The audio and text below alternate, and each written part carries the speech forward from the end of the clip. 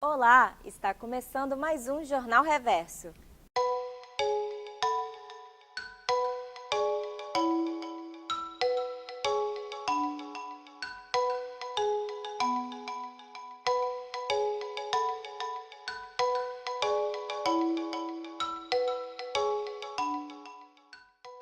E nessa edição você vai conferir Nova modalidade de esporte, os gamers.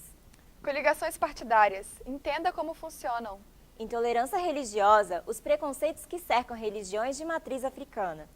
Tabu, o aborto no centro das discussões. E os mistérios que envolvem a fé e a religião. Agora, no Jornal Reverso.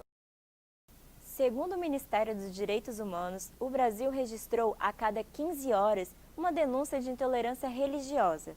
As repórteres Bruna Pereira e Carolina Moreira foram apurar o porquê deste cenário. Confira na reportagem. A Constituição Federal diz que é inviolável a liberdade de consciência e de crença, sendo assegurado o livre exercício de cultos religiosos, a proteção de locais de cerimônias e suas liturgias. Porém, acontece que esse direito não tem sido muito respeitado, principalmente quando as religiões em questão são minorias. Segundo a Secretaria de Estado de Direitos Humanos do Rio de Janeiro, os casos de intolerância religiosa cresceram mais de 56% em relação ao primeiro trimestre de 2017. Discriminação, difamação, depredação de imagens ou lugares são os tipos de violências mais praticadas. Dados do IBGE revelam que os católicos representam mais de 70% da população, já os evangélicos 22%. Os espíritas são 2% e aqueles que fazem parte da Umbanda e do Candomblé representam apenas 0,3% dos brasileiros. Rosa Maria também é parte desse percentual. Candomblessista, ela é também estudante de Ciências Sociais na Universidade Federal do Espírito Santo e pesquisadora do Núcleo de Estudos Afro-Brasileiros, o NEAB. No NEAB, Rosa busca conscientizar as pessoas sobre as religiões de matriz africana, mostrar o modo de vida e suas diferenças. Dessa forma, fazer com que a discriminação diminua. A gente tem um modo de viver diferente, não é? As pessoas eles não estão acostumados a conviver conosco. E hoje em dia, nós do candomblé ou da religião de matriz africana, a gente tem uma outra consciência de que as pessoas tinham no passado, né? Hoje a gente sai na rua com as nossas roupas, com os nossos símbolos, né? Os nossos colares, e isso aí causa estranhamento nas pessoas. Na minha iniciação, o que mais eu tinha medo era andar de ônibus, porque eu tinha medo da intolerância das pessoas dentro do ônibus. Então, assim, ainda hoje eu tenho muito medo da reação das pessoas, porque elas não estão acostumadas com o nosso jeito de ser. E muitas vezes eles nos olham como pessoas do mal. O candomblé é uma corrente religiosa trazida ao Brasil pelos escravos. Na época, a Igreja Católica proibia os rituais e, com o apoio do governo, o ato era considerado crime. Para não perder a tradição, os escravos cultuavam seus orixás, omitindo-os em santos católicos. Os rituais são cercados de cânticos e sons, vindos de tambores e atabaques, instrumento musical de origem afro. Acompanhada de palmas, a música é o que embala as cerimônias.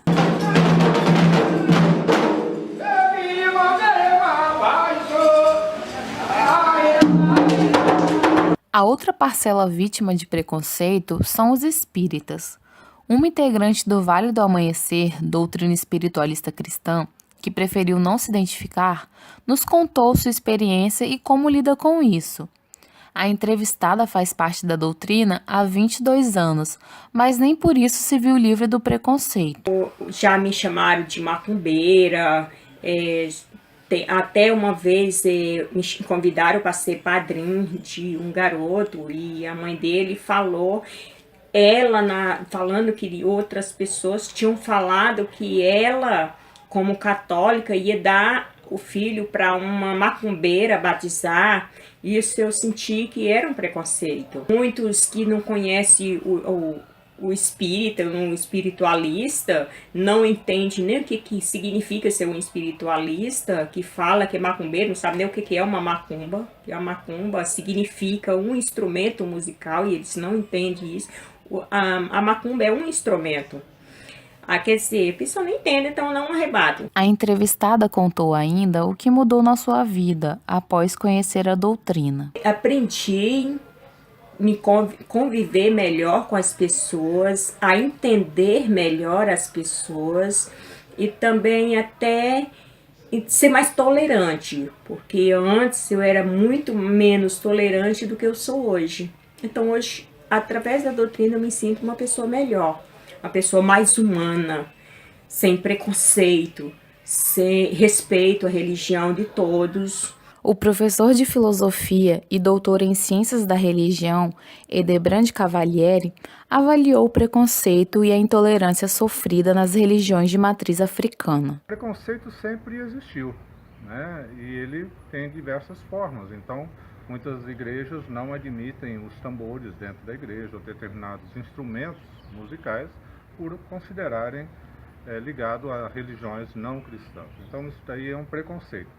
Agora, o que é mais grave entre nós é a intolerância, isto é, são as invasões, notadamente das religiões minoritárias, no caso, as religiões afro-brasileiras, com agressões físicas, com invasões de terreiro, com destruições de terreiro e aí por diante. Então, isso daí é muito preocupante, isto é, nós estamos vendo crescer entre nós o que já vivemos historicamente no século XVII. Que eram as guerras de religião, com muita violência e muito derramamento de sangue. Então, a intolerância religiosa, ela é fruto do ódio que está se crescendo neste país nos últimos anos, entendeu? Isso daí se reflete diretamente. E quem mais sofre com a intolerância religiosa são as camadas menos favorecidas da população. A camada negra, da raça negra, são os pobres e aí por diante. Então, são as periferias, geralmente, das grandes cidades, onde são situados os terreiros, que o clima de intolerância e ódio se torna mais forte, com agressões, agressões físicas mesmo. Isso aí é algo que não é possível a gente permitir num Estado democrático. Os games podem ser considerados um tipo de esporte ou são apenas joguinhos? Confira a resposta dessa pergunta na reportagem de Ângelo Parrella e Henrique Andreão. Quem está acostumado com esforço físico e esporte pode até estranhar, mas o game está ganhando espaço como uma nova modalidade esportiva. O e-sport despontou nas últimas 2 décadas com o crescimento dos games eletrônicos e atualmente seu mercado e público vem crescendo cada vez mais. Games online como League of Legends, Dota 2, Hearthstone e Counter-Strike fizeram com que a cultura do e-sport eclodisse no mundo todo, principalmente entre os jovens. Se nos esportes tradicionais é comum termos os apaixonados que acompanham o cenário, não é muito diferente no esporte eletrônico. O estudante Henrique Borges não deixa enganar. Fã do jogo League of Legends, Henrique conta que seu interesse pelo esporte derivou do seu gosto de jogar e pela vontade de melhorar sua performance. Comecei a jogar LoL desde 2012, de 2012 até 2015 eu não tinha muito interesse em ver nada, só jogava por esporte, por lazer. Aí eu comecei a ver alguns vídeos no YouTube, no Facebook, alguns players, aí eu comecei a ver um time, que é a PEN, que é o time que eu torço, comecei a acompanhar o Campeonato Brasileiro de LoL, que é o CBLOL, e fui gostando, fui vendo para melhorar, para divertir também, que eu acho interessante a jogar. O crescimento no público do mercado de esportes vem gerando grandes discussões. Existem aqueles que acreditam que o joguinho nunca vai ser considerado um esporte e aqueles que afirmam sim ser considerado uma modalidade esportiva. O doutor especialista em Sociologia do Esporte da Universidade Federal do Espírito Santo, José Luiz dos Anjos, afirma que o jogo eletrônico, assim como o xadrez, também pode ser considerado um esporte. Trabalha muito da questão do corpo. É como se eu dissesse assim, e o xadrez não é esporte? Você não vai ver ninguém, vamos dizer assim, ter que fazer musculação para fazer xadrez, mas com certeza que existe todo um treinamento corporal para que o sujeito possa jogar xadrez. A sua concentração, Com certeza, se a pessoa não estiver bem fisicamente, ele não vai fazer um bom jogo de xadrez. Da mesma forma, é um jogo eletrônico. Constitui, sim, esporte. Só que dentro de uma outra linha que não seja o esporte, vamos dizer, físico. Outra discussão que causa muita polêmica é sobre os impactos que essa modalidade pode causar. É muito importante destacar a diferença entre o jogo eletrônico como esporte e ele como forma de entretenimento para quem joga. Hoje, boa parte desses jogos, né, do CBLOL que hoje estamos tendo aí, são profissionais e o prêmio é muito bom. Logo, aqueles que jogam têm um salário, têm um patrocínio, então traz um determinado benefício. Esse jogo é diferente daquele que o garoto que fica lá 1, 2, 3, 4 horas de uma forma compulsiva na frente de uma tela, na frente de um screen, deixa de comer, deixa de fazer suas atividades de trabalho escolares. É uma grande diferença entre um e o outro. Então nós temos que separar. Benefício para esse jogo do qual nós estamos tratando, sim, tem. Com certeza que se trata mais uma forma da pessoa se colocar dentro do mercado. Recentemente, o Comitê Olímpico Internacional se reuniu com representantes dos jogos eletrônicos e com o presidente do Comitê de Candidaturas de Paris para avaliar a possibilidade de incluir o esporte como uma modalidade olímpica nos Jogos Olímpicos de 2024, na capital francesa. A discussão sobre o assunto cresceu após a inserção de esportes urbanos, como o surf e o skate, nas Olimpíadas de Tóquio, em 2020. Há uma tendência em aumentar, uma tendência nesse desenvolvimento. Haja vista que o que faz que uma determinada modalidade esportiva ela seja aceita? Primeiro que é o próprio viés do capital. Se existe consumo, se existe a questão do consumo para a prática, ou para simplesmente para servir como espectador, alguém que compra, entendeu? Quando digo comprar, é a questão do consumo. Então, com certeza, esta modalidade esportiva vai se desenvolver, com certeza. Na próxima Olimpíadas, nós vamos ter o surf. E também, hoje surge também a necessidade de na próxima Olimpíada, nós temos os esportes urbanos, no caso o skate. Ele vem justamente para quê? Para trazer essa geração para dentro. Então há uma necessidade de hoje você estar trabalhando com esses elementos, esses esportes, né, que ainda não são tidos como olímpicos, para que o jovem realmente possa estar participando desses grandes eventos mundiais. Enquanto muitos acham que é só um joguinho, os dados mostram outra realidade. Só na semifinal de League of Legends de 2017 foi registrado um pico de 80 milhões de espectadores simultâneos. Segundo um estudo feito pela Newzoo, empresa holandesa especialista no mercado tecnológico, o crescimento do esporte superou expectativas. Em 2016, o mercado de esportes eletrônicos teve um rendimento de 493 milhões de dólares. No ano seguinte, a arrecadação foi para 655 milhões. Para 2018, a expectativa é que o número seja aproximadamente de 900 milhões. A empresa ainda espera que o rendimento chegue a 1 bilhão e 650 milhões de dólares em 2020. Não pense que o Brasil fica de fora dessa tendência. A pesquisa da Newzoo mostrou que o país é o terceiro no ranking mundial de espectadores de jogos eletrônicos. Além disso, aqui na América Latina o Brasil não fica para trás. A gente corresponde a 50% de toda a audiência dos games eletrônicos. Empresas famosas e os grandes clubes de esporte também têm ficado de olho nesse nicho e estão investindo. Recentemente, o ex-jogador Ronaldo Fenômeno se tornou sócio da CBN Esports Club, uma das maiores empresas do ramo no país. O Clube Regatas do Flamengo também entrou no mundo do esportes e criou um time do jogo League of Legends. Agora, já lá nos Estados Unidos, a NBA, principal liga de basquete do país, criou sua versão gamer, uma nova liga de basquete virtual em parceria com a desenvolvedora do jogo NBA 2K. Aqui no Espírito Santo, o Rio Branco Atlético Clube anunciou uma equipe do jogo Counter-Strike Global Offensive. O time ainda é recente, mas a ideia apareceu como sugestão do atual diretor de esportes do clube, Lucas Negrelli, que afirma se divertir muito jogando CSGO. A gente conversou e eu falei que tinha o esportes crescendo e tal, só que eu não tinha muita vivência. Na verdade, eu tinha a vivência, eu não tinha a experiência de estar no cenário competitivo. Eu já jogava e eu já conhecia bastante do esporte. O que aconteceu?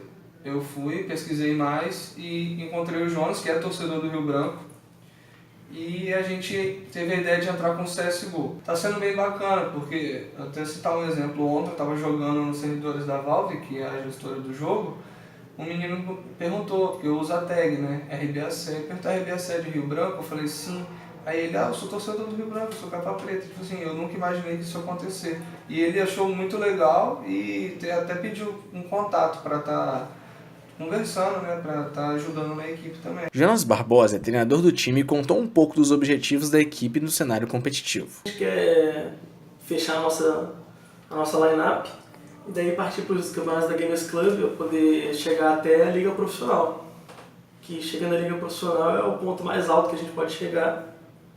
Que eu acredito que se tudo for realizado no prazo certo, assim, dá tudo certo, em menos de 6 meses a gente consegue chegar numa liga principal ou almejar uma liga profissional pelo talento que a gente tem. Mas o ponto principal assim, é participar de um Minor das Américas, talvez um campeonato internacional. Aproveitando esse clima de política, podemos dizer que os últimos 4 anos no país foram tanto quanto conturbados. Uma presidenta sofreu impeachment, políticos foram presos e outros estão sendo investigados. Esses acontecimentos acabaram transformando a política em algo não muito bem visto pelos jovens. Eu e a repórter Camila Nascimento fomos apurar. Depois de todos os problemas que tivemos na política brasileira nos últimos anos, o Jornal Reverso veio a campo para saber de você, jovem capixaba. Você ainda tem esperança na política do nosso país? Eu não tenho esperança na política brasileira porque é muito conturbado, não temos candidatos bons e possivelmente não vamos ter. Olha, para as próximas eleições, não. Acho que pelo crescimento do conservadorismo até, então acho que não. Eu acho que eu gostaria de ter, mas depois de tantas decepções que eu já tive no turno da minha vida, eu acho que para as próximas eleições não. Porque os candidatos que a gente tem são pessoas que saíram, da nossa casa, são pessoas brasileiras. Então o que a gente tem lá são as pessoas que a gente tem no nosso país. Então eu acho que o problema não está só na política, e sim em todo o jeitinho brasileiro que a gente tem. Eu não tenho esperança na política brasileira porque o candidato que ia votar está preso. Então, no momento, eu não tenho nenhum candidato para votar. O descontentamento ou a descrença com a política brasileira tem um porquê. É o que explica o cientista político e professor da Universidade Federal do Espírito Santo, Mauro Petersen. A sociedade brasileira está muito desencantada com a política. E aí tem explicações que têm a ver com os erros, vamos dizer, com aquilo que está errado na política brasileira, mas também tem explicações que têm a ver com os acertos. Vamos começar pelo acerto. Normalmente, a gente em sociologia, em movimentos sociais, a gente diz que existe uma coisa chamada curva J, que é o quê? Quando você tem uma melhoria significativa da condição de vida das pessoas e depois você tem uma pequena queda dessa situação, as pessoas ficam com aquela expectativa de que ia melhorar sempre, sempre, cada vez mais. Quando tem uma queda, as pessoas têm uma reação muito de frustração em relação a isso. Quer dizer, é como se tudo aquilo que foi conquistado no passado não significasse nada, né? E aí tem uma raiva em relação ao governo, ao regime, que não garantiu que aquela melhoria ia continuar sempre. Em parte, isso explica, sim, todo um conjunto de problemas que a gente vem tendo desde 2013. Mas calma, nem tudo está perdido. Eu tenho esperança na política do Brasil, eu não posso dizer que não, mas a cada dia eu me surpreendo com o que acontece, como as coisas têm surgido e simplesmente do nada.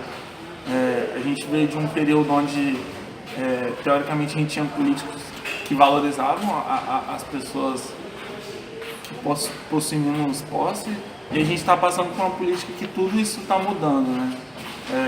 Meu candidato à eleição, teoricamente, está preso, né? Não sabendo se ele vai poder se candidatar, mas sempre tem uma segunda opção, né? Eu tenho esperança sempre que algo pode mudar. Eu acho que esperança eu sempre vou ter, né? O meu problema, no caso, é que eu acho que é uma coisa cultural o estado da política atual. Essa corrupção veio desde coisas simples lá de baixo e chegam ao estado que está.